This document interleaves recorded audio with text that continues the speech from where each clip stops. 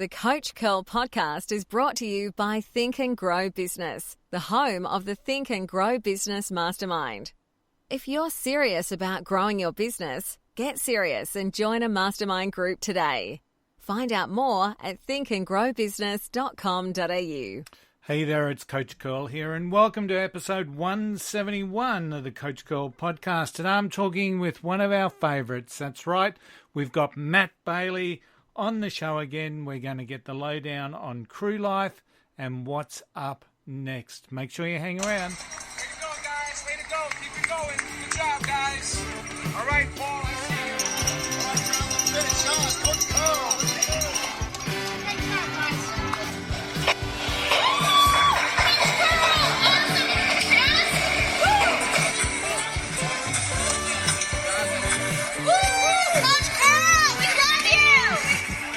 I love that intro. Maddie, how are you?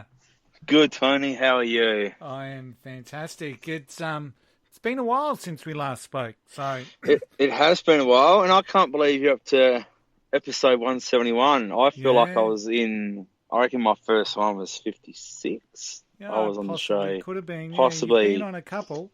I have, yeah. Yeah, it's 171. I'm churning through them, and we're getting there. Do you know most podcasts, the average life of a podcast is less than 10? So Less than 10 podcasts. Yeah, less than. Someone says, I'll create a podcast, and usually the average episodes are less than 10. So, yeah, it's interesting. And I think when you have a podcast, it's something that you stick with and you continue to do. It's certainly not a quick fix for anything in relation to the business life or generating a huge audience. It's something that you're either committed to or you're not, and I guess that's the reality. The funny thing is, I'm starting a new podcast, and it's called the Redlands Coast Business Podcast, and it's really interesting. I've already got 4 episodes scheduled to appear. We launch next Tuesday. It's going to be pretty exciting. But there was another podcast started back in May 2019, I believe, around the similar theme, Redlands Coast and Business, and they put out 3 podcasts, and that's it. So, yeah, just a little bit of trivia. So Yeah, it is a thing, because I did a podcast, but I deleted it. It wasn't, like I said, it wasn't something I couldn't commit to at the time. So it is one of those things you've got to commit to, and I guess have topics to talk about or people to interview and talk about as well. Yeah, like a lot of about having a reason for it, I think, too. Yeah, like some of the ones I listen to, a lot of effort goes into them, and I can see it. Yeah, absolutely. And some go for like between an hour and a half to 2 hours, where some actually, there's one I listen to and they ever make a point of this. They want to make it like a Netflix series where they have season 1, season 2, Wow. and they're between 20 to 30 minutes, because some podcasts you don't want to listen to them for an hour and a half. Yeah. So Yeah, one I'm enjoying at the moment's Craig Harps, the U project. we share that one. He's good. Yeah, Harps is pretty full on and pretty authentic, I guess, in so many ways. But his message is really quite simple, and he's doing a PhD now, and basically the PhD is just do the fucking work. So, that's like, and I suppose that's the message, but to try and understand that a little bit more. So, what have you been up to? So, What have I been up to? yeah, Well, since we last spoke, Crew Life had came out, and I want to mention it again because it was sort of the foundation for me, and it was sort of, I seen a post last year from a band who have done really well. They played a big festival last year in Melbourne, and I got to see them live, and they sort of dedicated, the words that were in the post were 2019 was the year they found their feet. okay, And I thought that was sort of spot on, hit the nail on the head. And I relate to that. I think Crew Life was where I found my feet. Okay. You know, I've recorded so many different things and didn't really promote it the way I promoted Crew Life. And as we talked about before, Crew Life did really well. It's still growing. It's just clocked over 5,000 views on YouTube. So yeah, it's doing really well. I've been in the studio recording the EP, 2 songs down. Wow. Yeah, heading there in a couple of weeks to work on song number 3 and probably finish off a little bit of number 2 as well. Yeah. So how does, like, someone like myself, I mean, I'm not fully up with how people make money out of music now with the streaming. I'm taking it that there's, for every time that your song is streamed on Spotify or one of the platforms, that there's a royalty payment that comes back to yourself. Is that the way it works? There is. It's not very much. Yeah. So you need to obviously be like a big artist and get a lot of streams to make anything of it. And Jim, I listened to a podcast recently, Jim Jeffries, and he was talking about you only need 1 million people to like you, and that's true. Like, if 1 million people like you, and you sell one thing for $20, there's $20 million. Like, you know what I mean? So the hard thing is getting 20 million people to... Well, 1 million people to like you. Well, that's what he said. And, it can... When it comes to music or anything, like, you don't need, obviously, 1 million. You know, you can obviously work with less. But, like, in the position I'm in, I'm not making any money off music. It's sort of what you do. You spend, the old saying, you got to spend money to make money. So, I'm putting everything in. Recording this album, the music video and all that sort of stuff. And, I've sold merch, but I haven't made any money off it because, I charge people, what it costs to get made, but then I just don't charge them for shipping. And, it's one of those things. I love it. So I'm not in it for the music, but, not in it for the money. I'm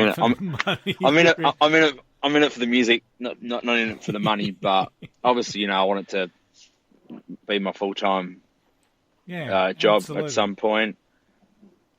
And you'd like to think that there's a reward going to be in there somewhere. Yeah. So the new EP's coming along well. It is. It's I think the response I got with Crew Life was, I'm still blown away from it. Like I said, it found my feet. It was the foundation of something. It was the first time I'd recorded a song like that. Not the context of the song, as in gone in with a song that's not finished and then finished it in the studio with Mark. Yeah. I think once this EP comes out, it's a scary thing because obviously I'm re-recording I'll Be There. That's no secret. People have heard that song, but there's the 4 other songs no one's heard, and it's sort of that feeling like I had with Crew Life. I'm like, is anyone going to like this? Because when people know you, like, your music, like, this is a good song, I'm like, all right, I'm going to record it, So, but, like, you get to a point where you're sort of confident in yourself, and putting out Crew Life, I knew it was going to do good without sounding big-headed. You've got to believe in yourself. And I think once this EP comes out, it's going to change me again like Crew Life did. I don't think people's going to see Matt Patty the same. I think they're going to get a bit of a shock, I think, in a good way. Yeah, and that's positive. And it is, yeah. Oh, pardon me, You're all right. I've got a bit of a bug in my throat. So is it just going to be on streaming platforms, or are you actually doing a physical EP? This will be the physical, streaming as well as physical. Yeah. So don't know, maybe. I haven't looked at that market yet because I know vinyl came back and a lot of people want vinyl. There's a place in Melbourne I want to pop down to when I'm ready and get pricing and all that for the physical copy I want. I just want like a jacket, like a cardboard jacket where you can open up, or just the sleeve where it just slides in. Yeah. But yeah, I've got a guy doing the artwork at the moment for it too. Excellent. Yeah. The, interesting. When we ran, Sharon and I ran the Melbourne Marathon last year, Yeah. and we caught up with some friends that we hadn't seen for probably 20 odd years, and one of them's a guy called Tave, and I'm hoping Tave sort of listens in or tunes in regularly to the podcast. But Tave's in a band called the Blow Up Sweethearts, and they're like one of these irregular bands that sort of get together. And Tave has always been like he's really much like yourself. It's all about the music. He gets up early. He'll write songs, and he records them on his iPhone and whatnot. Anyway, he finally got the gumption to go out and do what he's always wanted to do, and they recorded an album, and the Blow Up Sweethearts, and it's pretty cool. It's a pretty cool album, and one of the joys that I had was that it's called Back to the Well, and he gave it to me while we were over there in Adelaide, because we went from Melbourne to Adelaide, and amazing. So the old vinyl, you gotta love it. You gotta love the vinyl. Yeah, vinyl was just before my time, sort of. So, but I know Dad had a lot of vinyl, and I remember playing them, and they were cool. Yeah. So I might even do it. I know a mate who's just released an EP last year. He brought them out on tape. Wow. For something different, yeah. Wow. And I have good memories of the old cassette tape. I have good memories of the cassette tape because back in 2000, I think it was 2004, 2005, when Blink released their self-titled album. Yeah. That's Blink-182 for all the listeners. We got it on cassette tape because Mum's car only had a cassette tape player. Yeah. So, yeah, we got the cassette tape. I'm like, I think pretty sure did we get Green Day's American Idiot as well? We may have. But yeah, I remember getting Blink-182 cassette tape. But I'm excited to release a physical copy because they are rare these days because of streaming. Yeah. But an Australian artist by the name of G Flip, she released her album last year, and I actually bought it, and receiving it in the mail was just amazing because it was this physical copy, and it seems so rare. It's definitely an experience. Like the Blow Ups and the Blow Up Sweethearts had a liner note. So as you pull out the album, you put it on, then you've got the liner note which talks you through the songs and it's got the lyrics. So it's an experience listening to music, even on a CD. Yeah, because it's something physical. But it's interesting with iPhones. So I've got, obviously, like many other people, we've got playlists that are all set up with our favorite songs, and yet you'll still skip them. So. But you put on an album, and it's a vinyl album, and you just sit there and chill and listen from go to wave. Yeah. It's good. Yeah. It's a different experience.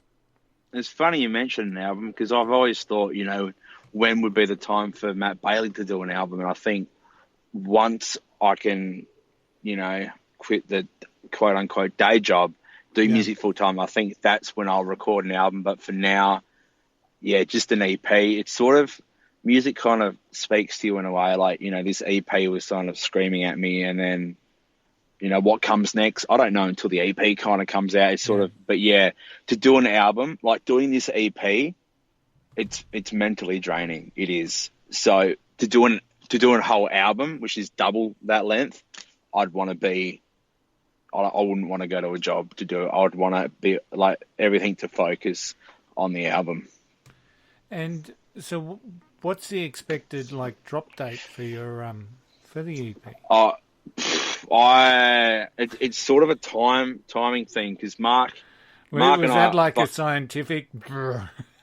Was it? No, I was gonna say time versus money, which it's one of those things, but more timing, because Mark being the producer, we both have jobs. Yeah. His time off is on the weekends. Yeah. So it's sort of just when I can get in and record. Yeah. And, I work some weekends. So when I do have a weekend off, or if it's just one day off, like my last few sessions, I've flown up in the morning, gone into the studio, recorded all day, and then flown back Okay. at night time. So it's just a matter of timing. And I'd like to say June, but knowing me, it'd probably get pushed out even further. I'm just taking it day by day. Like I've got the weekend off coming up in a few weeks. So I'm spending the night. I'm spending the night up in Canberra, recording all Saturday and all Sunday, which would be cool. Excellent. So Yeah. maybe June, maybe a little bit later. Maybe June, one step at a time. Like I want to record the EP first. Yep. Once that's done, then start with the physical copies and get the music video recording, which will be good. Yeah, really excited. So with Crew Life, have you picked up new followers? Yeah, yes and no. Lost some as well. Yeah. But it's one of those things, you sort of got people in the industry who love it because they understand it. Yeah. And then you got people who don't like it because it upsets them. And then you've got people who aren't in the industry who don't know any different and they like it. And then you've got other people who like the industry. And like one of my mates said to me, he said it's good to get a different look on the industry, Okay. So yeah, Crew Life was good. Excellent. So just about every single time we've spoken on the Coach Curl podcast, we've spoken about your decision to Yes, it is. Not drink. Yes, it is. I was hoping when you started to say that, I was like, I hope he's going where I think he's going. But that's now changed. It has. Holy crap. 3 years sober. 3 years without a drink? Yeah. It's crazy. Absolute crazy. Like, I never thought I'd do 3 years, and I didn't know the impact it would have on people all my life. Yeah. Like, when we last spoke, I thought it was the end of last year, but it was before. Because you sort of hinted that it wasn't for like all time. The last time we spoke, yeah. So August was 3 years. I can't remember if I'd hit 3 years on our last podcast or not. Yeah. But I had a well-deserved drink because I surprised my mum with a trip to Hawaii. Cool. In October. Yeah. And I thought, you know what? Let's have a drink. So what was the surprise for? To Hawaii? Yeah. Just 'cause. Because she's your mum. Because she's my mum, and it had always been a place I wanted to go. And since 2015, I've been to America every year. I've done Thanksgiving, I've done Halloween, a few other things. I'm like, all right, where am I? Like, I just moved to Melbourne, started a new job, sort of. Yeah. And, I didn't have any holidays for the first 6 months on probation. So plan holidays outside of that. I thought, you know what, October would be good. And, surprised mum with the trip. Hired my dream car, a new 2019 Camaro, which I'll buy once my streaming check comes in the mail. Once the streams are up there a bit more. Yeah. So that was good. And I thought, you know what? I was going to have a drink on my 30th, which is in a few months in June. Yeah. I thought, you know what? I don't want to go to Hawaii and not have a drink. And it was great. Okay. How did you feel when you had that first one? Did you feel like you deserved it? Did you feel like you'd let yourself down, that it was all for nothing? I'm interested in that. It sort of tasted like alcohol. Okay. That was it was that first initial, okay, this is alcohol sort of thing. It was a cider, and first thought, well deserved. Yep. And then sort of as time went on,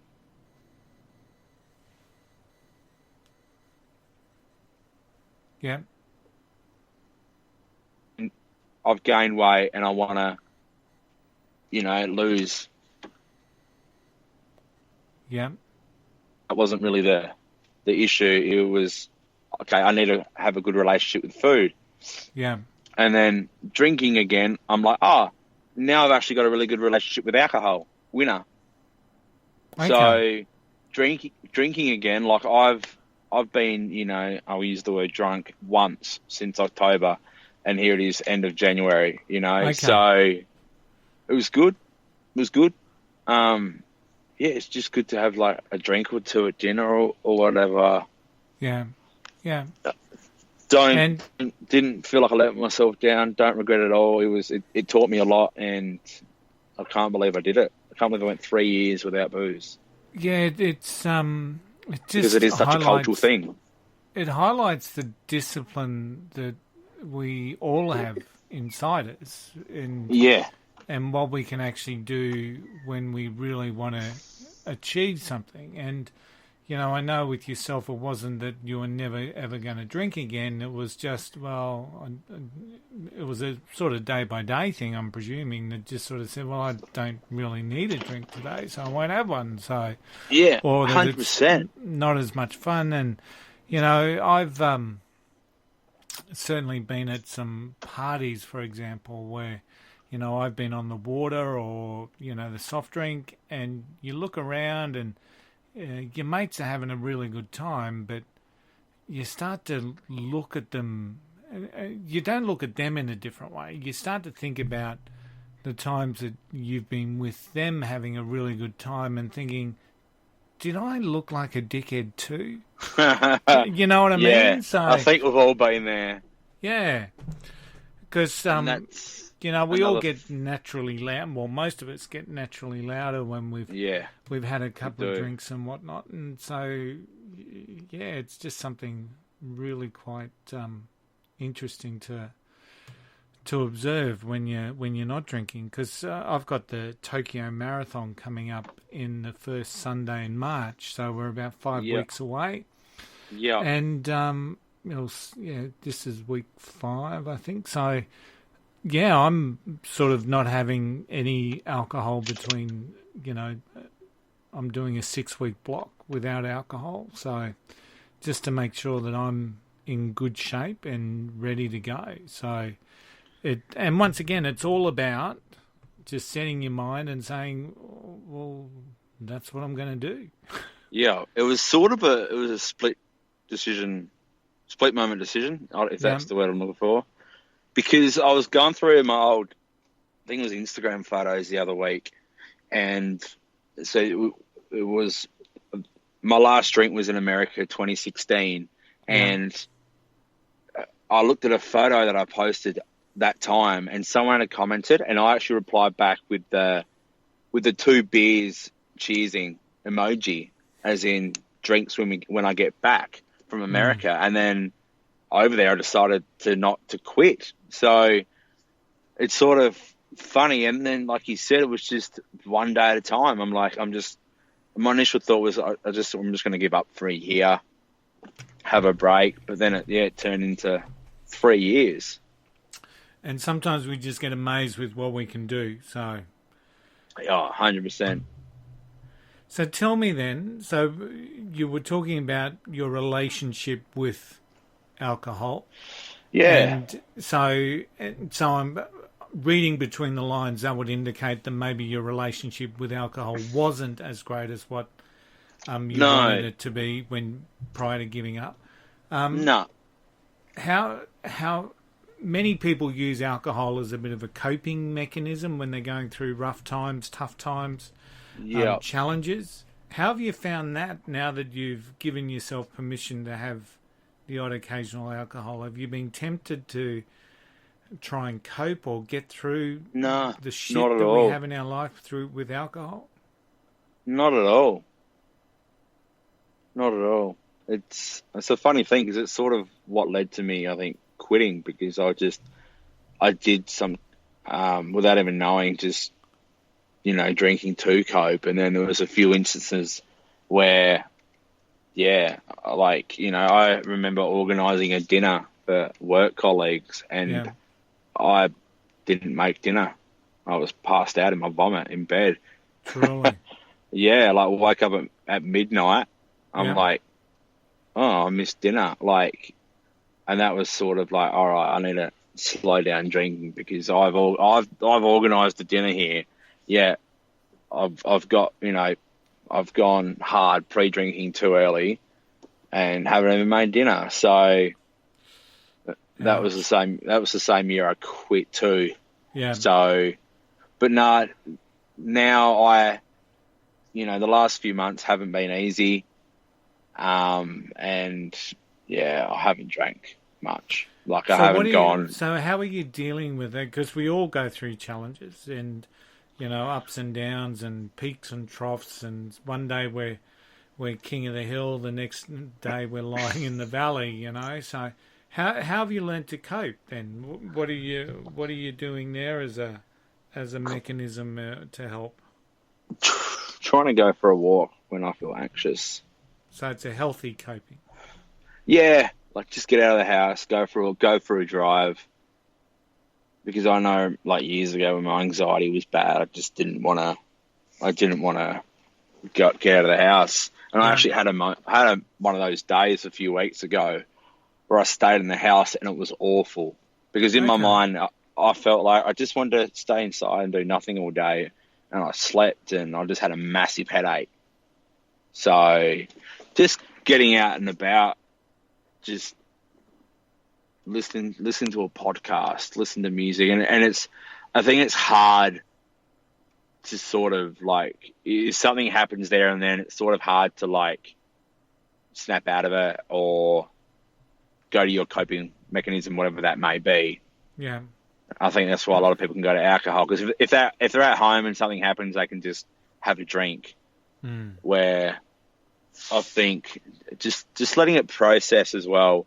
And one thing that's been on my mind lately, and a mate said it to me years ago, and this relates to dealing with tough times, is like you don't have to know the answer right now. Yeah, and that's true. It is. You don't have to know the answer right now. Like whatever you're going through out there, it's okay to not know. You'll get to that point where you know, but it's okay to not know right now. Yeah.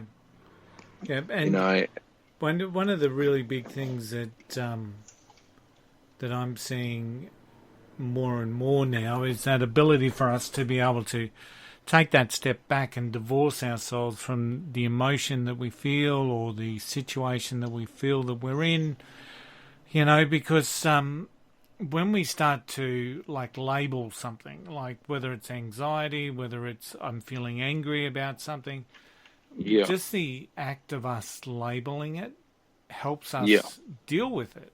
So why am I feeling anxious? What is it about this situation that I'm feeling anxious about, and what can I ultimately, what's my biggest fear or what's my biggest inhibitor here? And it's I'm seeing more and more in some of the stuff that I read and some of the stuff I listen to, is that more and more people are being are talking through that as a really good way to deal with that sort of stuff.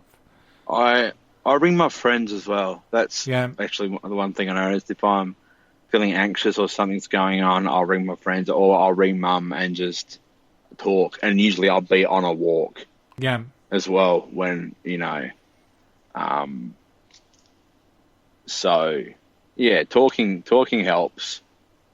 Yeah. It's not so much about, wanting advice from people. It's just listening. It's just listening. It's, just to get it off your chest. And that's one of the skills that we can all use with our friends, So if someone does start opening up and starting to talk, the most important thing that anyone can do if they're in that situation is to be present and listen, and not necessarily provide advice or thought process unless you're asked. Just that ability to be able to listen and then just and maybe dive in with some questions and ask them what their thoughts are, how are they dealing, and is there anything that I can do to help? But most of the time, people just get so much benefit just from talking it through, and then all of a sudden the problem doesn't seem that insurmountable because we've talked about it. We make it so big in our minds. And by talking about it, especially with someone else, all of a sudden it still may be the same problem, but it just doesn't seem as insurmountable. Yeah, and I remember hearing something years ago, on a scale of 1 to 10, how bad is this? 10 being death. Yeah. How bad is this really? And I had a situation recently, and on a scale of 1 to 10, it was probably a 2. Yeah. But in my head, it seemed big. 1, because it was out of my control. Yeah. And without going into detail, it's not going to bother me in a year or 2 years, sort of thing either. But when things are out of our control, it's what makes me anxious anyway. Yeah, sometimes it's about looking for the lesson, and especially when things are outside of our control, or someone's done something, or that someone cuts you off in traffic. I mean, seriously, how much control do you have over that? Yet so many people invest their energy and waste their energy and, calling out names and doing the finger and getting all into this road rage thing. Yeah, that's one thing I've got to try and learn. The reality is that, control what we can control, learn from the lesson, take away what did I do to contribute to whatever the reaction was from the person, and take that on board and maybe change the result for next time. So because ultimately it's hard enough to change and control ourselves, let alone trying to control anybody else. Yeah, exactly. Yeah. Good old road rage is one thing I've got to work on. It's I think we all have it sometimes. Absolutely. So I love public transport. Yeah. Just put my headphones on and just chill out. And once again, when you think about the ability for us to be able to observe what's going on around us and trying to pick up little nuances, public transport's great for that. And today, 10, 20 years ago, it used to be the newspaper that everyone was buried their heads in. Now everyone's got their iPods or their iPhone headsets called. The AirPods. The AirPods. Everyone puts their little AirPods in. It's funny when you see someone with long hair. I said long hair because males have long hair too, and they're using them, and you can't see them, and they're talking. You think they're talking to themselves. Yeah, absolutely. But it's funny you mention iPhones and smartphones. I want to get your take on this. Like when people go to concerts, everyone's got their iPhone out, checking in, taking videos, and a lot of people hate on that. Yeah. But I see it different. Like my first ever concert was March the 12th, 2005, Simple Plan and Green Day. I wish I had a smartphone at that concert to be able to watch it back. Yeah. But I didn't. They weren't around then. So I love getting my phone out in concerts and filming. I won't film the whole thing, but I'll film bits of a song. And then I can, in a year's time, I can look back and remember it. Yeah, I think the biggest challenge with that is, do we really go back and listen to it? Because, you might and I might, but the vast majority maybe are doing it live, streaming it to Facebook, just to share with their friends or for whatever reason they want to do that. I like being in the moment. I like just tuning in and being present, and and hopefully the memory that I've got with that. But by the same token, I've also been very much guilty of doing the old recording of the songs, and then I remember I went to see Ups and Downs. It would have been probably 2011, I reckon, here in Brisbane. They were playing at West End. There was a bit of a revival gig. So Ups and Downs were an old Brisbane band from the mid 80s. Yeah. And I think they played with Huxton Creepers, so on this particular night. And it was a really great concert. And I had, it might have been 2010. I don't know. It was around that time. But my phone was like a Nokia N82 or something. And it was just crappy. But you could record. And, I recorded a couple of their songs, the old Ups and Downs songs. And, I put them on as an audio, and they still sit in my musical library. Not real good quality, but they still sit there on a playlist. So, like I'm not talking, influencers level here with how much they live on their phone. Yeah. But Crew Life was a bit of a dig at them, FYI. But like it's good. Or I'll search YouTube a concert that I went to, and then someone actually the concert I went to, someone actually uploaded it, and I can sort of relive it and all that again. So I think there's a time and a place, and I guess it's each individual is recording it for whatever reason. So I think it's, if you're going there to enjoy it, go there to enjoy it, and but if you want to show all your friends that you're at the Elton John concert at Cirame, which a lot of my acquaintances did recently, so be it. They, that's what they're getting a kick out of, and it's a bit of a, well, I'm here and you're not. I don't know, but and from a good intentions base, it's probably I wish you were here because this is pretty awesome. So yeah. So I think, it all depends how you look at it as well. When you see people checking in and stuff, and like I have this image in my head of when I'm a full-time musician, or even when I get a little bit of success, and I want people to, when I come out and play, I'll be there. I'll tell the crowd to, post whatever and hashtag MB, I'll be there, or something like that. So then I can go through later and look at all the footage, and I think that'd be really cool.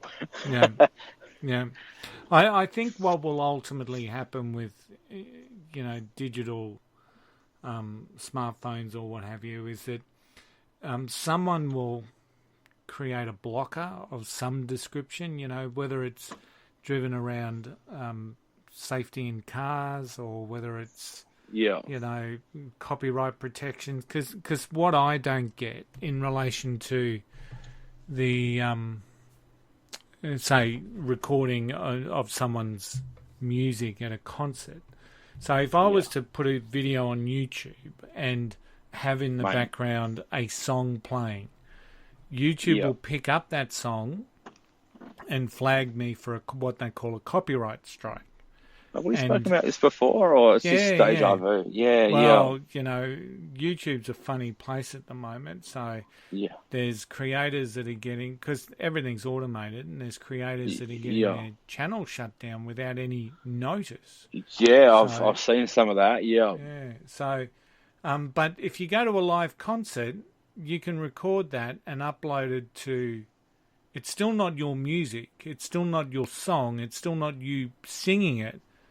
But for some reason, that gets that gets through, and I don't understand that, because it's still a breach of copyright. You're making a recording of someone's work. So I think that someone somewhere will invent a blocker of some description that stops that from happening. So I don't know what that looks like, but you just sense that, especially around car safety, I think that there will be some sort of blocking device that just makes the mobile phone or the smartphone useless while you're sitting in a car. So, because that happened to me with one of my live videos a few years ago. I had David Bowie's Changes playing before I went into the live video, and as soon as I uploaded it, it got deleted straight away.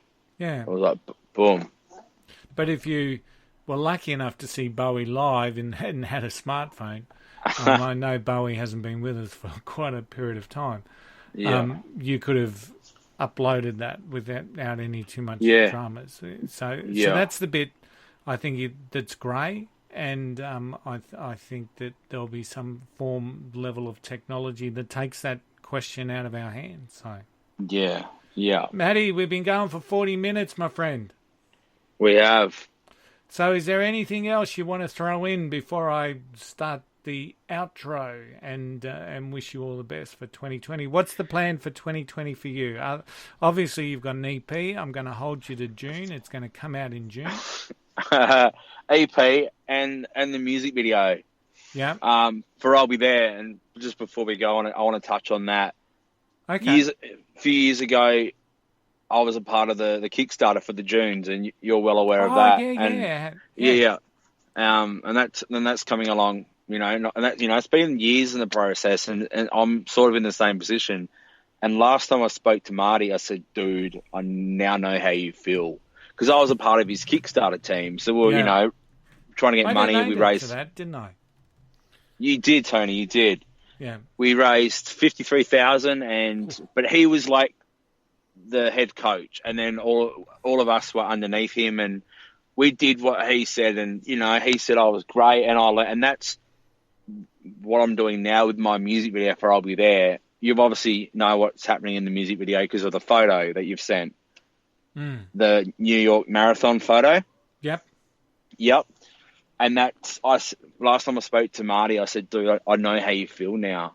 And he said, you sort of feel like a bit of an asshole, but you're not. Like, you need to be, you need to be assertive. And this is my project, and I'm very grateful for the people that have sent photos to be a part of this. Yeah. Some people have never even heard the song. That's amazing to me that they want to be a part of this without even hearing the song. The song could be rubbish.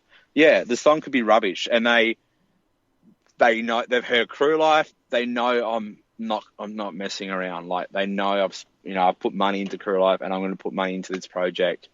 And I've had people say, yeah, I'll do it, but then I don't hear anything, which is fine. Because this is my project, and this song means something to me. Yeah. And when the music video comes out, it's going to mean a lot to a lot of other people, which is great. But even that seems to have been going for a while then. So it has, it has, and it's nothing I really want to rush as well. Like, the idea come off, years ago, and then,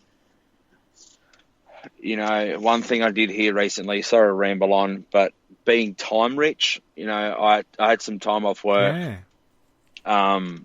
Recently 2 months, and sort of running out of money, being broke, and a lot of people go there, but being time rich and that, hearing that just changed my mindset. And I just, the guy that did Ed Sheeran's first 2 albums actually recorded Ed Sheeran's EPs as well. So before Ed was anything, this guy. So I've been listening to a lot of what he's saying as a producer.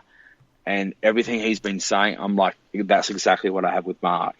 So finding the right producer took years, and now I'm finally there, and I can't wait for it to come out. Yeah, like you said, that concept of time rich. You were talking to me about that last week, and so many people talk about being time poor and too busy and whatnot, and then we've got this other segment of the population that tells themselves they're too busy, but they're potentially sitting on the couch doing not a great deal at all. Exactly. And that concept of flipping that and looking at it from a positive aspect, which is that time rich. I've got time. I can do this. I want to invest in myself and make sure that what I'm doing in my time is valuable to me. Now, you can have all sorts of shit happen in your life, and you can wallow as much as you want, and that's not going to change anything, No.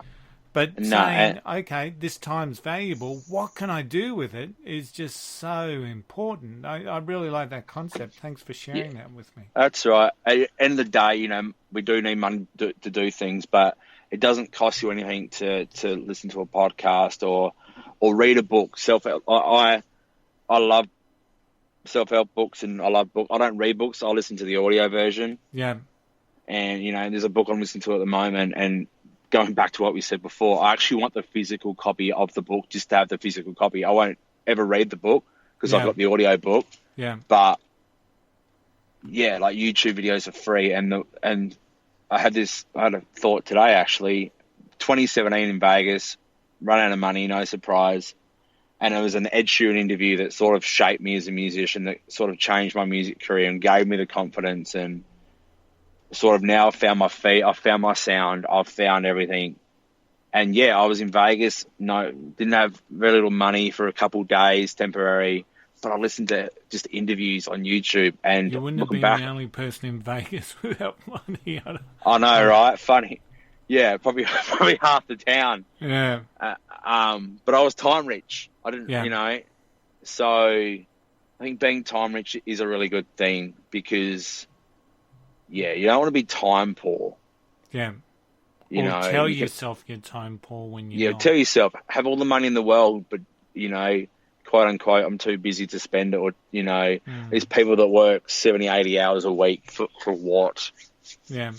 You know, so I think being time rich, or just knowing that you're time rich. Like, obviously I was time rich the last few months, having time off work, but until I heard someone else share their story saying they were broke, but they were time rich, and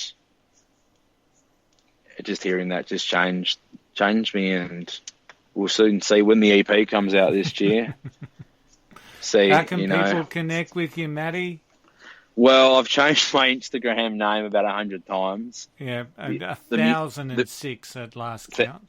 1,006. So follow me on either. I don't care anymore. I've got 2 Instagrams. One's I'm Matt Bailey. Yeah. And my music one it's the Matt Bailey. Okay. And yeah, that came from a smart ass comment on YouTube saying, "Oh my God, is this the Matt Bailey?" in the comment section of another video, and they were being a smart ass. I said, yeah, it's the Matt Bailey. But you can find the Matt Bailey on YouTube or Spotify, iTunes, Google Play, any streaming under Matt Bailey. I only got one song out at the moment. It's called Crew Life. Lyric videos on YouTube. Go have a listen, subscribe, hit the thumbs up. I think that's the first time I've ever said that after hearing YouTubers say it all the time. I thought I'd give it a go. Yeah, they certainly drill it into us, don't they? They do, don't they? And it works. Hi, subscribe. Matt, as always, it's been a pleasure speaking with you. Good luck with the follow-up to Crew Life. It certainly was a song that was a departure from what you had done. Yes, and I really look forward to seeing where that goes with the EP. Perfect, what you said there, departure. And that's a good, yeah. Just Crew Life, buddy. We'll catch you soon, eh? See you, mate.